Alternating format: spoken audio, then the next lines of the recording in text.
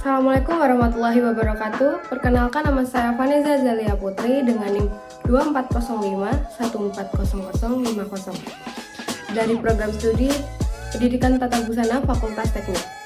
Di video kali ini, saya akan membahas tentang hakikat manajemen sekolah. Mungkin bagi kalian kalau dengar kata manajemen itu terdengar sangat rumit. Padahal sebenarnya konsepnya itu cuma sederhana. Yuk kita bahas satu persatu. Pertama-tama, kita akan bahas dulu apa sih pengertian dari manajemen sekolah itu.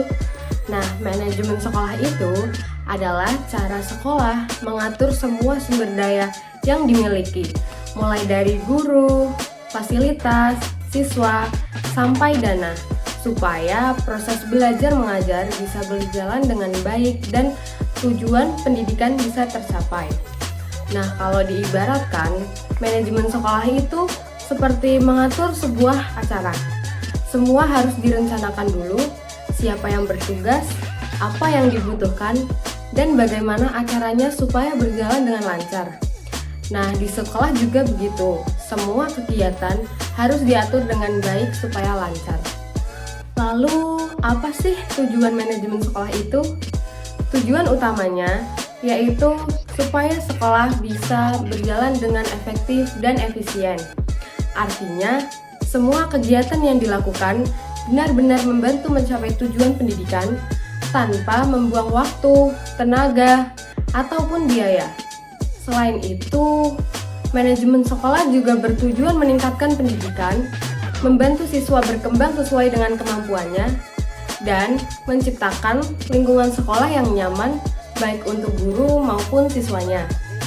Nah, jadi kalau manajemen sekolahnya bagus, pasti proses belajarnya juga biasanya jadi lebih tertata dan hasilnya lebih baik dan maksimal. Selanjutnya, kita masuk ke fungsi dari manajemen itu sendiri. Nah, ada beberapa fungsi yang penting, misalnya mengatur proses pembelajaran, membina karakter siswa, membangun budaya sekolah yang baik, mengatur pembagian tugas guru dan staf, serta memastikan semua bagian di sekolah bisa bekerja sama. Nah, selain fungsi, ada juga prinsip-prinsip manajemen sekolah. Misalnya prinsip efisiensi, yaitu menggunakan sumber daya sebaik mungkin. Nah, ada juga prinsip efektivitas, yaitu memastikan tujuan yang sudah direncanakan itu benar-benar tercapai. Kemudian yang terakhir ada prinsip kerjasama. Artinya, semua warga sekolah, mulai dari kepala sekolah, guru, staf, sampai siswa harus saling mendukung. Karena kalau hanya satu pihak saja yang bekerja, tentu tujuan sekolah akan sulit tercapai. Yang terakhir, kita bahas tentang ruang lingkup manajemen sekolah. Manajemen sekolah dimulai dari tahap perencanaan, yaitu menyusun program atau suatu kegiatan. Nah, setelah itu dilanjutkan dengan pelaksanaan sesuai rencana yang sudah dibuat. Di materi ini juga dijelaskan beberapa istilah yang berkaitan dengan manajemen sekolah itu sendiri, seperti administrasi, organisasi, kepemimpinan, dan pengambilan keputusan. Semua istilah tersebut saling berhubungan.